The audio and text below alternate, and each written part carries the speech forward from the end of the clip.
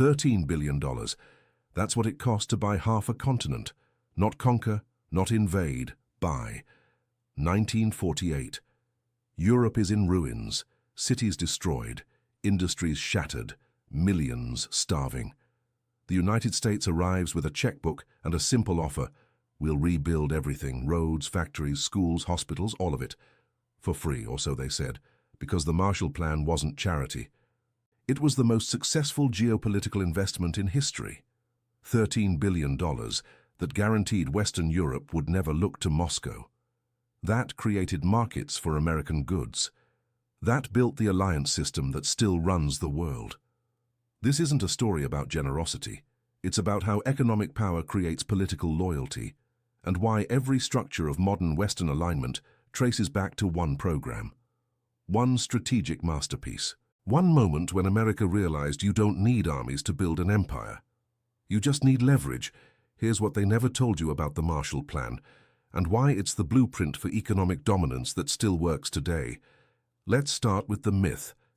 The story you learned in school. World War II ends. Europe devastated.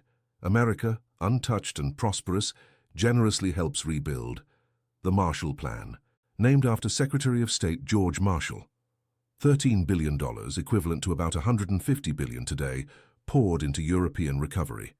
The greatest act of international charity in history. Beautiful story, inspiring, wrong. Because here's what actually happened. 1947. Europe isn't just destroyed, it's collapsing. Not from war anymore. From economic disintegration, currencies worthless, production at a standstill, food shortages creating starvation conditions, political instability everywhere. And into that chaos, the Soviet Union is making moves. Communist parties in France and Italy are the largest political forces. Greece is in civil war. Communists versus monarchists. Czechoslovakia is teetering. Poland already gone. The entire continent is one bad winter away from going red. This terrifies Washington. Because American strategists understand something crucial. You can't contain Soviet expansion with military force alone. Not when populations are starving. Not when capitalism looks like it failed. Not when the communist promise of food and stability sounds better than democratic rhetoric. You need to make capitalism work. Visibly, immediately. And that requires money. A lot of money. Now here's where this gets interesting. The Marshall Plan wasn't designed in Washington. It was designed by European reality. Because American policymakers understood that Europe's collapse threatened American interests more than it threatened Europe. Think about this. If Western Europe goes communist, the Soviet Union controls the most advanced industrial base outside America, controls access to resources, controls trade routes. The balance of power shifts completely. America would be isolated, facing a hostile superpower that spans from the Pacific to the Atlantic, with industrial capacity to match. This isn't acceptable. So the Marshall Plan solves an American problem. It just happens to rebuild Europe in the process. But here's the genius, the conditions attached. Because the money wasn't free, it came with strings. Lots of them. And those strings are what transformed economic aid into geopolitical alignment. Let me show you how this worked. To receive Marshall Plan aid, European nations had to agree to 3 things. First, open their markets to American goods, remove tariffs, eliminate trade barriers, integrate their economies with American capitalism. Second, adopt economic policies compatible with free markets, privatization, currency stability, fiscal responsibility, all defined by American standards. Third, cooperate with each other, not as competing nations but as integrated economies, which sounds nice until you realize what it actually meant. It meant building infrastructure that connected European economies to each other and to American markets. It meant creating dependencies, mutual obligations. A system where no single European nation could act independently without affecting the others. This wasn't just rebuilding Europe, this was redesigning it. And the brilliance, Europeans asked for it. Because the alternative was collapse. Now let's talk numbers. Because the scale of this matters. $13 billion over 4 years, 1948 to 1952. distributed across 16 countries. But not equally, not randomly. Strategically, Britain got the most, 3.2 billion. Why? Because Britain was the anchor, the one European power that could stand up to Soviet pressure. Keeping Britain stable was essential. France got 2.7 billion. Why? Because France had the largest communist party in Western Europe. If France goes red, Western Europe is cut in half. West Germany got 1.4 billion.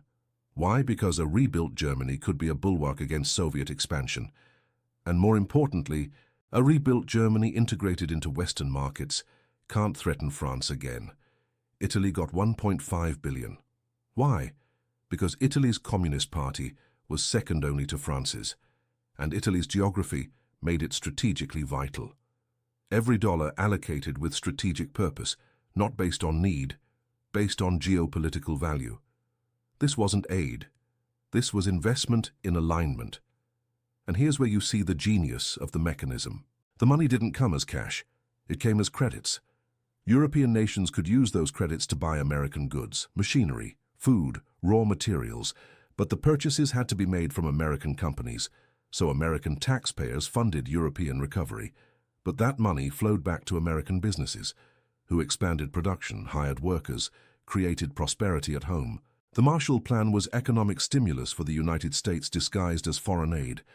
But it gets better, because those American goods rebuilt European infrastructure, factories using American machinery, transportation networks designed around American vehicles, power grids built with American equipment.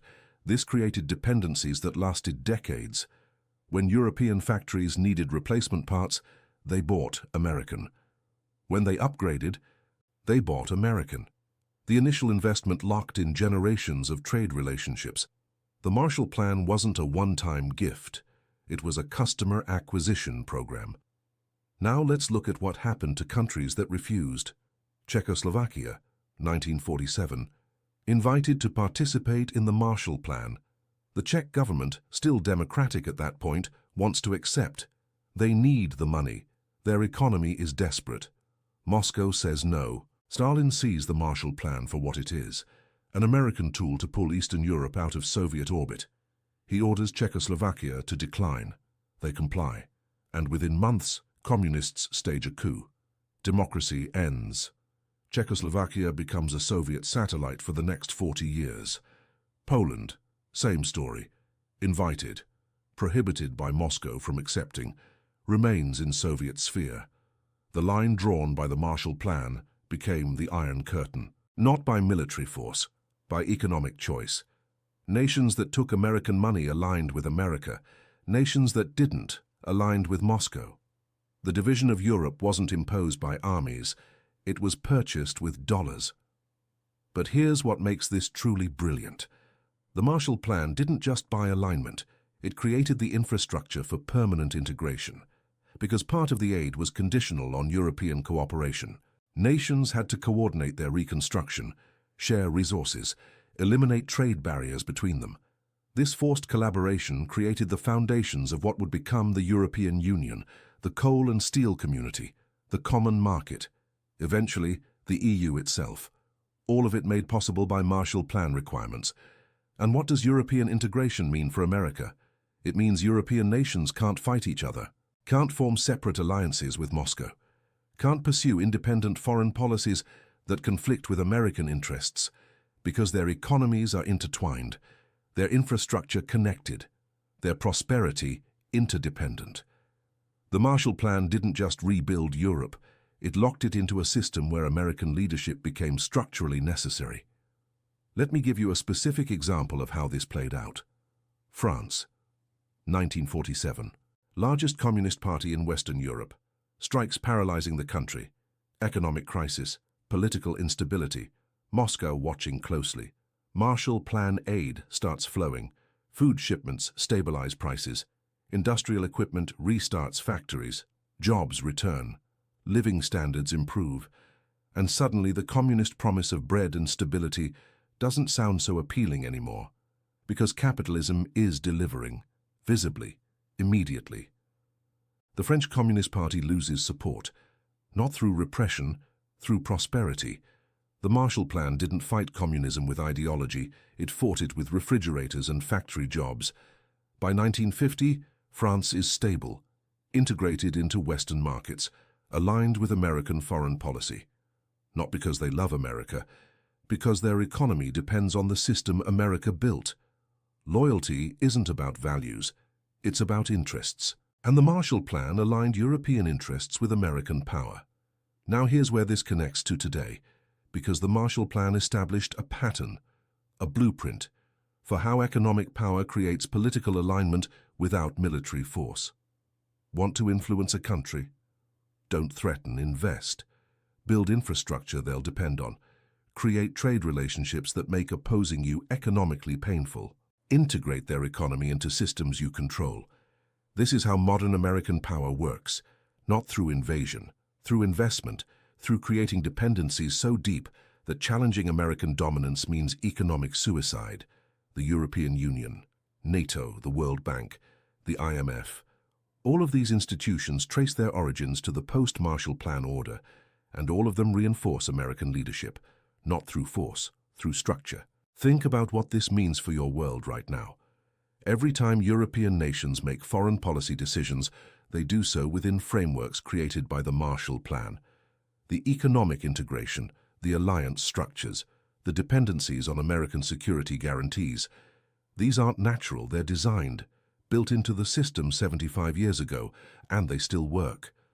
When Russia invaded Ukraine, European nations responded in lockstep with American policy, not because Washington ordered them, because their economies, their security, their prosperity are all built on systems that require American partnership. The Marshall Plan didn't just buy loyalty in 1948.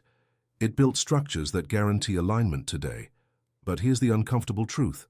The Marshall Plan worked because of timing, because Europe was desperate, because the Soviet threat was real, because American economic dominance was total. Can it be replicated? China is trying. Belt and Road Initiative. Hundreds of billions invested in infrastructure across Asia, Africa, Latin America. The explicit goal: create the dependencies that the Marshall Plan created, lock nations into Chinese economic orbit. But there's a difference. The Marshall Plan offered aid with conditions. But the conditions were about integration, not domination. European nations that accepted Marshall Plan aid became partners, not vassals. They had agency within the system. China's model is different, more transactional, more exploitative in some cases, which creates resentment instead of loyalty. The genius of the Marshall Plan wasn't just the money, it was making recipients feel like partners, not clients. Now let me show you the numbers that prove this worked. 1947, Western European GDP is 70% of pre-war levels, industrial production even lower, millions unemployed, currencies collapsing. 1952, GDP exceeds pre-war levels, industrial production up 35% from 1938, unemployment falling, currencies stable, political systems consolidated, and American exports to Europe up 300%. The Marshall Plan didn't cost America $13 billion. It generated trillions in trade over the following decades, created markets for American goods, established dollar dominance, built the economic foundations of American global power, best investment in history. But here's what they don't teach in the textbooks. The Marshall Plan was also ideological warfare, because every dollar came with a message: capitalism works, democracy delivers. The American model creates prosperity. And in 1948, with Europe in ruins and Soviet propaganda everywhere, that message needed proof. The Marshall Plan was the proof, visible, undeniable. A starving population doesn't care about abstract ideology. They care about food, jobs, hope. The Marshall Plan delivered all three, and in doing so, it won the ideological battle before it really began. Communist parties across Western Europe lost support, not because their ideas were defeated in debate, because the Marshall Plan made their promises unnecessary. This is power, not military power, not political power, economic power leveraged for ideological dominance. Let's talk about Germany specifically, because Germany shows you the Marshall Plan's real genius. 1945. Germany is rubble. Morgenthau Plan, initially proposed, would have deindustrialized Germany permanently, turned it into an agricultural nation, prevented it from ever threatening Europe again. But American strategists realize something. A weak Germany creates a vacuum, and Moscow will fill it. So the policy changes. Instead of destroying German industry, rebuild it, but integrate it into Western markets so thoroughly that Germany can't act independently. This is brilliant, because it solves three problems simultaneously. First, creates a buffer against Soviet expansion. A strong West Germany is a wall Moscow can't easily breach. Second, provides an economic engine for European recovery. German industry can supply the machinery, the goods, the production capacity that rebuilding requires. Third, ties Germany so deeply into Western systems that war between European nations becomes economically impossible. The Marshall Plan in Germany wasn't just reconstruction, it was reconciliation through economic integration. And here's where you see the long-term impact. Today, Germany is the economic engine of Europe, the largest economy in the EU, the industrial powerhouse, but also the most committed to European integration, to NATO, to partnership with America. Why? Because its entire post-war prosperity was built on that model. Breaking from it would mean abandoning the system that made modern Germany possible. The Marshall Plan didn't just rebuild Germany. It programmed Germany's strategic orientation for generations. That's not aid. That's engineering. Now let's connect this to the broader pattern of American dominance.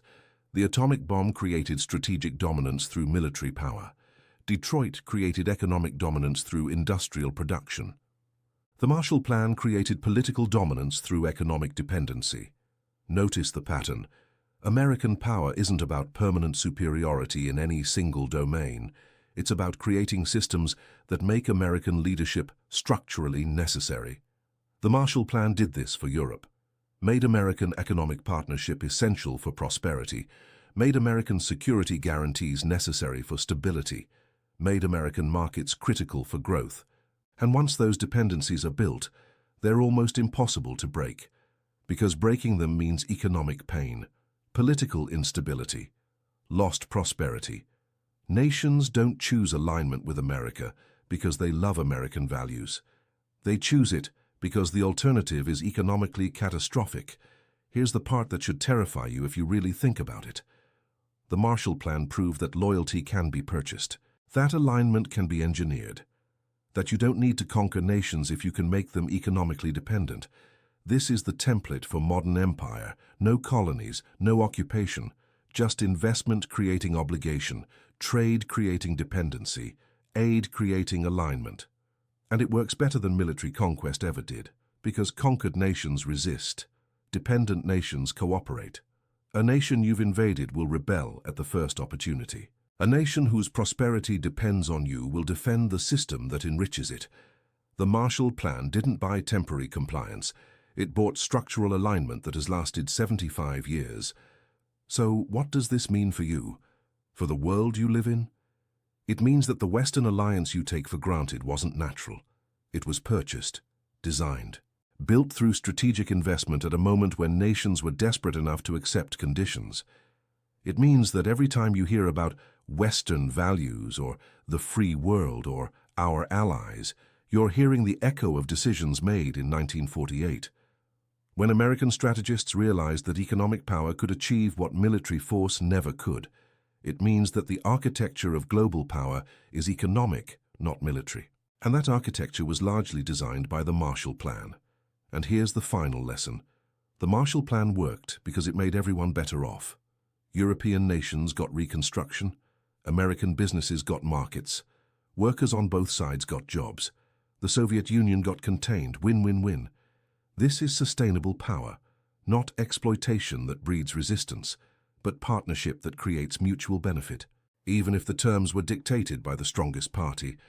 The genius of American dominance isn't that it crushes rivals, it's that it creates systems where even subordinate partners prosper enough to defend the system. The Marshall Plan was generosity as strategy, aid as investment, charity as leverage, and it built the world you live in. $13 billion, Best money America ever spent. Not because it rebuilt Europe, but because it bought loyalty that has lasted 3 generations. That's not aid, that's power.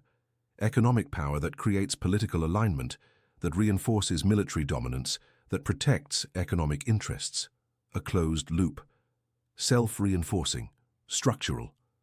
The Marshall Plan didn't just rebuild Europe after World War II, it built the architecture of American global dominance. And that architecture still stands.